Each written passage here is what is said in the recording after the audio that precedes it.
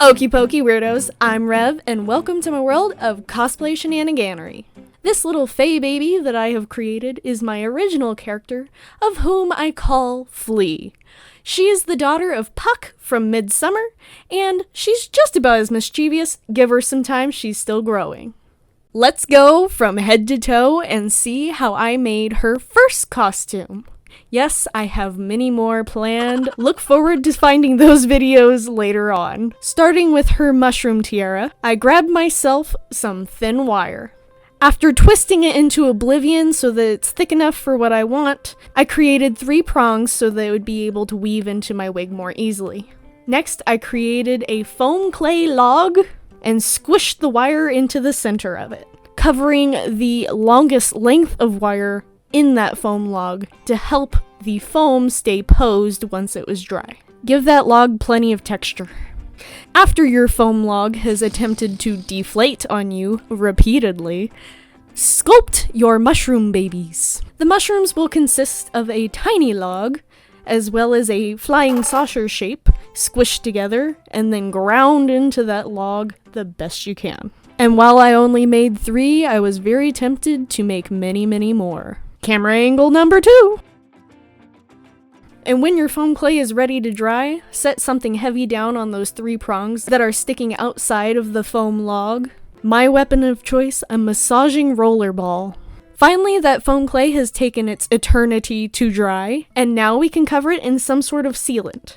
I chose to go with Mod Podge that I'd watered down a little bit. I also alternated between the Mod Podge and Elmer's glue, trying to find which consistency I preferred. This could also be Plasti Dip or any other material that's similar, like Cosflex. Mod Podge is still my go-to. And now time for paint. I did not think about it initially and went straight to covering this thing in acrylic. If I were to do this again, I would choose to do a base of white paint first, probably spray paint that's combined with a primer so that I would have another set of primer on this thing before going for the acrylic. Anywhoosie, onto the acrylic with this one. I mixed the tiniest bit of yellow into a lot of white paint and very delicately painted the stems of my mushrooms. Next for the hats, our little caps got some famous red because we're going with this version of a mushroom. Paint that log brown, and then go in with detailing and have dry brushing of darker browns and lighter browns to catch the highlights and lowlights, and to show off a little bit of that texture more. You get bonus points if your paint is only ever so slightly tacky enough that when you drop it on the floor, it picks up all the dog hair. And then hang it from your drying contraption that you've been using for this whole project. Time for white polka dots. Polka dot your life away, my dear. Why do I have the Cantina Star Wars song going in my head while this scene is playing out? Vegetation. I went with some fake moss as well as some other fake berry type vegetation. It was green and it looked like it would fit. All of these materials I've actually recycled from a dinosaur diorama that Sable made years ago and we still had some materials left over. Elmer's glue is most definitely my go-to choice for attaching all of these pieces because I could put big gobs of it to where everything would stick very nicely, and yet when the glue dries you won't see it. Lastly, for this crown, I used Flex Seal as my final sealant. Now, this is definitely not a requirement. It is on the higher end of the cost spectrum. However, I had some left over from when I worked at a hardware store, and I got it at a very good discount. Also, I do love to use Flex Seal as my sealant because it makes a lot of my items able to bounce when I drop them. I mean, I completely covered this suit of armor in Flex Seal, and I loved watching it bounce off of the cement. And this sealant takes some practice getting used to because you have to spray on just the right amount that it'll allow your item to be protected without being able to see the layers of sealant that are on there, because this sealant can start turning white if you have too many layers on. Next item in her ensemble, I used foam clay again to make her antlers. I created the first one and now I'm taking the time to make the second one and somehow make them match. While I love symmetry, it drives me bananas with projects like this. I'm only making 2-pronged antlers, A because of weight, B because of time. Yes, she's a she and she has antlers, get over it. After the sculpts of the antlers are matched up, I create a hole in the bottom to jam some twisted wire. That way the antlers can be woven into a wig or twisted around a hairband. Same concept with the tiara. And I make sure to pinch the foam clay very tightly around these pieces of wire so that the wire isn't coming out later. Onto the sealant, again, Mod Podge, which will also help harden the pieces that I squeezed around the wire and will not allow the wire to come free as easily. Once your antlers look like oddly shaped carrots, time to paint. I used a hint of gold in with this mixture of red, brown, and yellow paints so that I would have a tiny bit of shimmer to her antlers. These antlers took a considerable number of coats for me to get to the color that I wanted. After base coat, it's detailing. I cut strips of masking tape to create gaps where I'll be dry brushing and where the base coat color is. These antlers are going to be stripedy. Wow.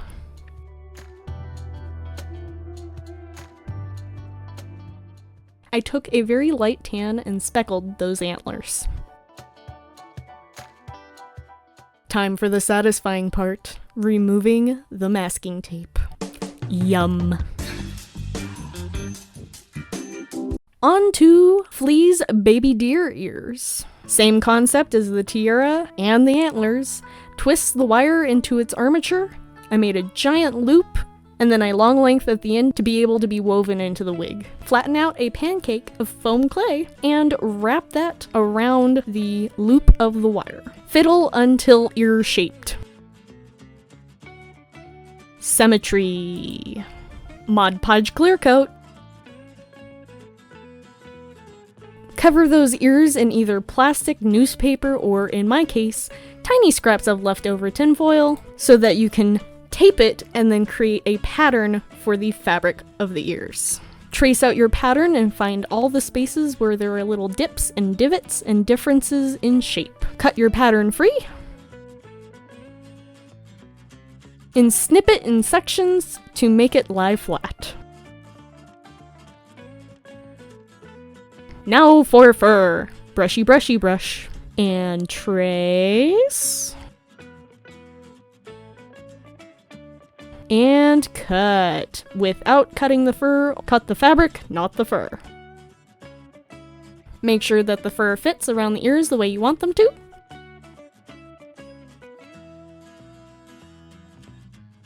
And now it is time to dye the fur. With a little bucket of water and various paints, I worked on making the fur for the outer part of the ears a much darker brown. Again, this took multiple attempts and variations of colors of brown until I got what I was looking for. I dyed the fur in tiny layers, brushing back only a section, painting that, spraying it with a spray water bottle, and then going after it again, little section by little section.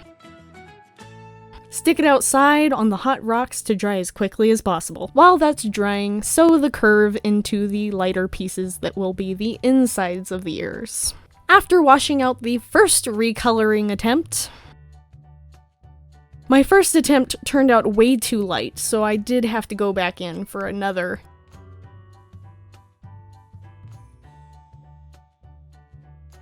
Finally, the fur is the right color and we can begin trimming. I wanted the sections closest to the head extra fluffy, so I pulled those sections away and only trimmed the parts that were going away from the head.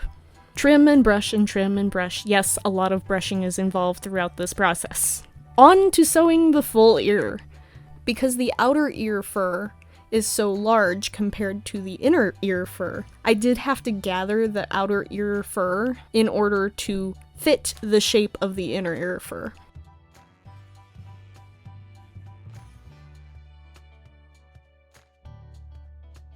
Brush it all out so that you can get any fur that got stuck in the seam free, and now the ear is extra fluffy. Time for more trimming.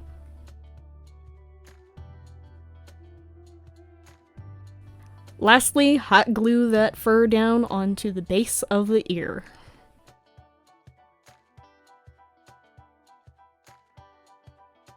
Earrings and necklace are next. These pieces would also include a wire armature, but I had these perfect little pins for making jewelry. I snipped them to the right length and began sculpting. This time I used Crayola children's clay because I wanted them to be a little more weighted and a little more sturdy. Again, we're going for a flying saucer shape with a stem coming out the bottom. I tied strings around the outer wire loop so that they could hang and dry more easily without ending up with a flat side because it's been drying on top of a flat surface. Fight until symmetrical. I super glued the wire to the tops of all the mushrooms so that the earrings and necklace would not be yanked free from their clay. On to painting, again, a tiny touch of gold to give it a little bit of shimmer. Awkwardly paint your mushroom while it's dangling from its precarious contraption and holding the camera with your other hand. Stop spinning. Red cap time!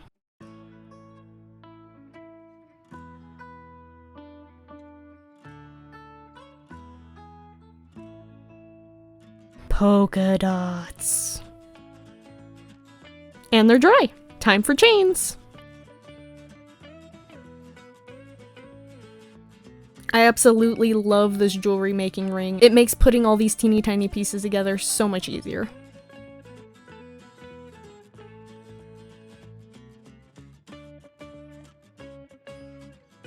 Also add your fish hooks to your earrings. And it's a set! Yay!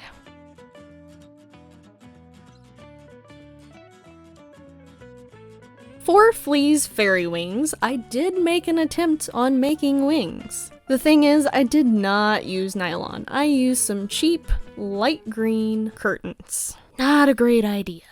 After my dog Percy and I both took some turns stomping and trampling all over these wings while they were on the floor drying, I had to give in and get some last-minute costume wings from the store. I do hope to make wings later on. This attempt sadly was not going to happen without causing me to crumple into a ball of tears. So, it is on to the dress. Was a costume that I wore for a medieval choir concert we did every single year. I did keep this dress because I loved it, is that I needed to find a way to make it fit me better now that my body has changed over the years. Also, I wasn't the biggest fan of how the skirts were shaped. Firstly, this ribbon is completely falling apart, and I want to get a kind of rope woven through here. I haven't found the one I want yet because it needs to be just right, but we'll get there. For now, I have simply cut away the loose strands after years of use. Now to fix the skirt. I want it to be knee length, so I measured out where my knee was while wearing the skirt, cutting a tiny hole in the fabric, and then when I laid it down on the floor, I could follow that hole. It didn't matter if it was uneven because I was making this skirt jagged anyway. I also made it a tiny bit of a high-low because I got me a booty and some hips, so I needed a little more room in the back. After a test wear, I decided I wanted it slit a little more and a little more messy. I went in with some sandpaper and tried to rough up the dress a bit, but that sandpaper just wasn't doing it for me, so I thought I'd go more aggressive with a pet brush. This definitely roughed up the fabric the way I wanted it, and I cut some more chunks out too to give it a really jagged and chompy feel. The green part of the dress I wanted layered and I wanted it to look really bouncy. So I marked out with pins the full length of the skirt in the points where I wanted to run the gathering threads. After weaving the thread through the fabric, I could pull the thread tight and pucker the fabric up towards the top of the skirt. One side, then the other, and repeat on the back. This dress I initially thrifted for my choir concert, and it was only $6. Although if you do want this dress, I know it is very easily found on Amazon, and I can link it in the description below. If you're wondering what the initials on my arm are, it's because I was testing different kinds of makeup on my arm. Since I have a huge number of allergies, it's best to know which makeups make my arm swell up before I put them on my face. And we have a test fit. I was much happier with how the fabric was curling and being all jagged at the bottom, and the puckers were just the way I wanted them because we got some good booty shaking going on. Now it's for this odd corset situation. This thing kept flipping up, except I needed to give it just enough room that I could reach my arms up over my head once I've sewn this down. So I sewed the corset down with about an inch of length of thread between the two fabrics to give myself a little wiggle room. Also, the brown straps were coming free after years of use and having been thrifted, already being old, so I sewed those straps back on good and tight. And we're down to the very bottom of the costume. Shoes? Who needs shoes when you can fly? I do have some boots that I will wear with Flea. I've also considered thrifting some flats and then covering them in felt leaves, so we'll see what I manage with some thrifting and costume magic. I created this original character specifically for Ren fairs, because most of my costumes are extremely layered and have a lot of things going on and unbelievably hot. I needed something that would work for the summer, and I knew I wanted a little fairy character, so I got to drawing. And I've collected more materials over the time, almost all of them thrifted, to make her more costumes even more summerly appropriate, something like but in deer print, as well as maybe a brown or green mini skirt covered in leaves and foliage. And I'm also really enjoying working with this character because I can dress her up a little more warmly. It's very easy to put a turtleneck and leggings underneath this costume and have it still work, especially if they're leaf patterned or animal print patterned. Because Flea is a forest animal fairy, and while this version of her is deer themed, I will be going for more of a fox theme later on, as I feel that she has aged and become more mature. And that was Flea's very first costume. I thank you all very much so for watching. Every single one of my subscribers is a perfect little weirdo to me, and I love you all. You can support me on Patreon, Ko-fi, and on Ko-fi we have a little fundraiser going on right now.